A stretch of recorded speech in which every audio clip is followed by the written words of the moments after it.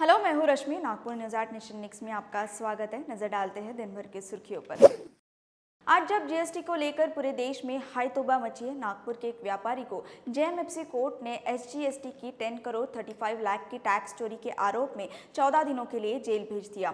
Maharashtra GST department ने करीब 58 करोड़ रुपए का अवैध व्यवहार कर फर्जी इनपुट टैक्स क्रेडिट लेकर सरकार को 10 करोड़ 35 लाख रुपए का चूल्हा लगवाने वाले धनंजय गाडगे को गिरफ्तार किया। जेएमएफसी कोर्ट ने आरोपी धनंजय गाडगे को 14 दिनों के लिए जेल भेज दिया। स्टेट जीएसटी इस साल अब तक 31 टैक्स चोरों को दबोच चुका है। मेमर्स प्रीमियम इंटरनेशनल ट्रेडर्स की छानबीन के दौरान फर्जी आपूर्तिकर्ताओं का जाल तैयार करने का मामला विभाग के ध्यान में आया। लोगों से ठगी कर उनके दस्तावेजों के आधार पर 8 फर्जी फर्म्स तैयार की गई।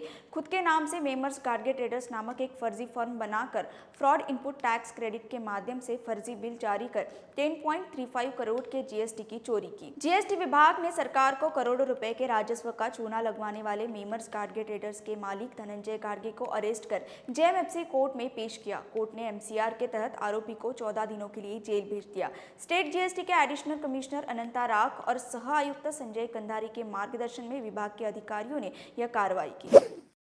पुलिसिया रौब और खाकी वर्दी की धौस के लिए पुलिस के अधिकारी और जवान हमेशा आमजन के निशाने पर रहते हैं और आलोचना का शिकार बनते हैं, लेकिन कई बार पुलिस की संवेदनशीलता और अच्छे काम के प्रसंग भी हमारे सामने आते हैं। ऐसे एक उदाहरण अभी पेश कर नागपुर पुलिस सबकी सराहना और वाहवाही लूट रहे। नागपुर के जरीपटका में रहने वाली एक बुजुर्ग महिला को 10 लाख रुपए का माल सुपुर्द कर पुलिस ने बड़ी कामयाबी हासिल की है। नागपुर के सीपी अमितेश कुमार अपने अधिकारियों के साथ खुद उस महिला के घर गए और उन्हें उनकी मालमत्ता सौंप कर उनका आशीर्वाद लिया। 2 महीने पहले 6 जून को दोपहर करीब 12 बजे 60 वर्षीय जानकी खिलवानी पूजा करने घर के पास ही एक मंदिर में गई थी। उन्होंने घर के दरवाजे में ताला भी लगाया था, पर लौटने के बाद उन्होंने देखा कि उनके घर का ताला टूटा हुआ है और अज्ञात चोर ने उनके बेडरूम की अलमारी में रखे सोने चांदी के गहने और नकद रुपए समेत 10 लाख रुपए का माल चोरी कर लिया है। यह देखते ही जानकी के पैरों तले जमीन खिसक गई, क्योंकि वह उनके जीवन भर की कमाई थी। मामला दर्ज होने के बाद जानकी अपनी जिंदगी भर की कमाई वापस पाने की उम्मीद में नागपुर के पुलिस कमिश्नर अमितेश कुमार के ऑफिस पहुंची। सीपी ने देखा कि भीड़ में खड़ी एक वृद्ध महिला कुछ बताने का प्रयास कर रही है। सीपी को जानकी ने अपना दुखड़ा सुनाया। अमितेश कुमार ने जानकी का दुख समझते हुए इस मामले को गंभीरता से डील करने का आदेश दिया। आनन फानन में जांच टीम बनाई गई और 2 महीने की कड़ी मेहनत के बाद चोर को धर दबोचने में पुलिस को सफलता मिली। हालांकि इस बीच चोर ने नकदी खर्च कर गहने भी अलग अलग जगहों पर बेच चुका था, लेकिन पुलिस की कड़ाई के बाद सारे गहने बरामद कर लिए गए और चोरी गई नकदी की रकम चेक के माध्यम से वापस जानकी को दिया गया। पुलिस के इस मानवीय चेहरे की सभी तारीफ कर रहे। विजयलक्ष्मी प्रसन्ना बिदारी नागपुर की नई डिविजनल कमिश्नर हो गई है। 2001 बैच की all India topper senior IAS अधिकारी विजयलक्ष्मी प्रसन्ना ने शनिवार को अपने नए पद का चार्ज ले लिया। प्राजक्ता लवंगारे वर्मा की दिल्ली में डेपुटेशन पर नियुक्ति के बाद पिछले कई महीनों से इसका एडिशनल चार्ज अन्य अधिकारियों को दिया गया था। अभी नागपुर में म्युनिसिपल कमिश्नर राधाकृष्णन भी इसका काम देख रहे। विजयलक्ष्मी प्रसन्ना के पिता शंकर बिदारी बेंगलुरु के पुलिस कमिश्नर थे। उन्होंने ही चंदन तस्कर वीरप्पन का खात्मा किया था। विजयलक्ष्मी के छोटे भाई भी आईपीएस है। उनके परिवार में 5 सदस्य आईएएस और आईपीएस है। नागपुर के बाबा साहेब अम्बेडकर इंटरनेशनल एयरपोर्ट से दिल्ली और मुंबई के लिए एयर इंडिया की फ्लाइट्स लंबे समय के लिए रद्द कर दिए जाने से ऑरेंज सिटी के हवाई जहाज से जाने वाले यात्रियों को असुविधा का सामना करना पड़ रहा है। 29 अक्टूबर तक इस रूट पर ये उड़ानें रद्द रहेगी। नागपुर से चेन्नई की फ्लाइट शुरू तो की गई थी, लेकिन उसे भी बंद कर दिया गया। वहीं कोलकाता के लिए भी कभी कभार ही फ्लाइट्स उड़ती है और अब एयर इंडिया की दिल्ली और मुंबई जाने वाली फ्लाइट बंद हो जाने से यात्री कहने लगे हैं कि नागपुर एयरपोर्ट अब नाम का ही इंटरनेशनल एयरपोर्ट रह गया है। सिटी की विमान सेवा भगवान भरोसे है। स्मार्ट सिटी नागपुर से विमान सेवाएं लगातार कम होती जा रही है, लेकिन यहाँ के जनप्रतिनिधि इस ओर ध्यान नहीं दे रहे। केंद्रीय मंत्री और उप मुख्यमंत्री के होम टाउन में हवाई सेवाओं की दिनों दिन खराब होती जा रही स्थिति को सुधारने की कोशिश की जाएगी, ऐसी अपेक्षा नागरिकों ने व्यक्त की है। कई मुख्य शहरों के लिए नागपुर से डायरेक्ट सेवा नहीं होने से काफी असुविधा हो रही है। इस समय नागपुर से मुंबई, दिल्ली, पुणे, हैदराबाद, बेंगलुरु, अहमदाबाद और इंदौर जैसे शहरों के लिए ही फ्लाइट्स शुरू है।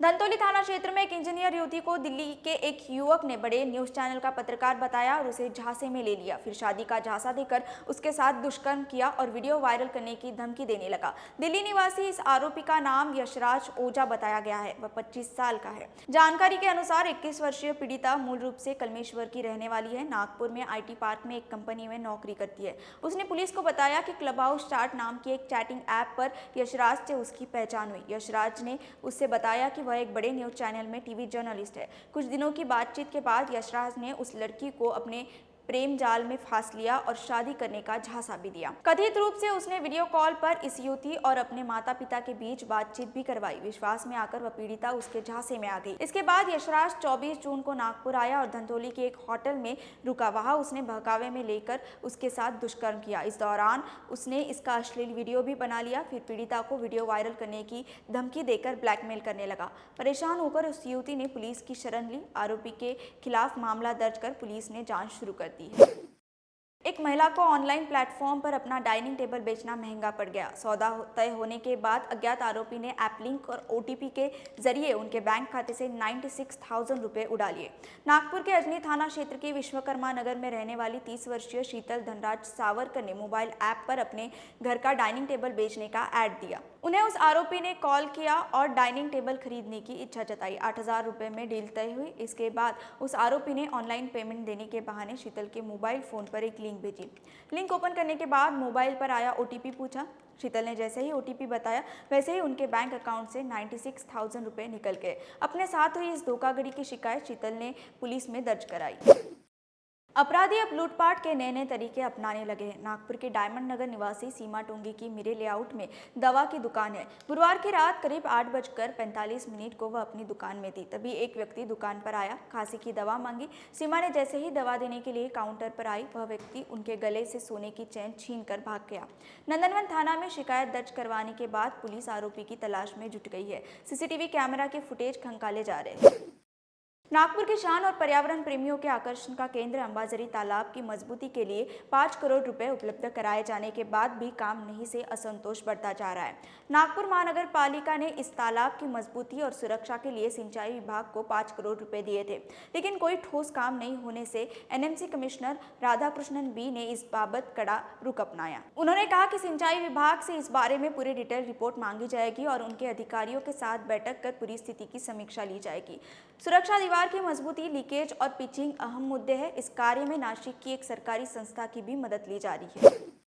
नागपुर महानगर पालिका के लिए होने वाले चुनाव में उहापोह के बीच सभी पार्टीज ने अपनी अपनी तैयारियां शुरू की हुई है। OBC आरक्षण को लेकर दुविधा और राज्य सरकार के प्रभाग रचना में फिर किए गए बदलाव के नियम के बाद उम्मीदवारों की उम्मीद अब पार्टी की टिकट पर टिकी हुई है। पिछले कई वर्षों से NMC में BJP की सत्ता रही है, इसलिए टिकट के दावेदारों की संख्या भी यहाँ ज्यादा है। लेकिन केंद्रीय मंत्री और BJP के सीनियर लीडर नितिन गडकरी ने यह कहकर ऐसे लोगों को नसीहत दे दी कि नेता नहीं, जनता तय करेगी उम्मीदवार। गडकरी ने कहा कि केवल आपका काम ही आपको आगे बढ़ाने का मौका देगा। आप चाहे किसी भी नेता के नारे लगाओ, लेकिन जनता के बीच अपने काम की छाप छोड़ना मत भूलो, क्योंकि नेता नहीं, जनता की पसंद ही उम्मीदवार तय करेगी। वे शुक्रवार को जरीपटका में शहर कार्यकारिणी के विस्तार कार्यक्रम में कार्यकर्ताओं को संबोधित कर रहे थे।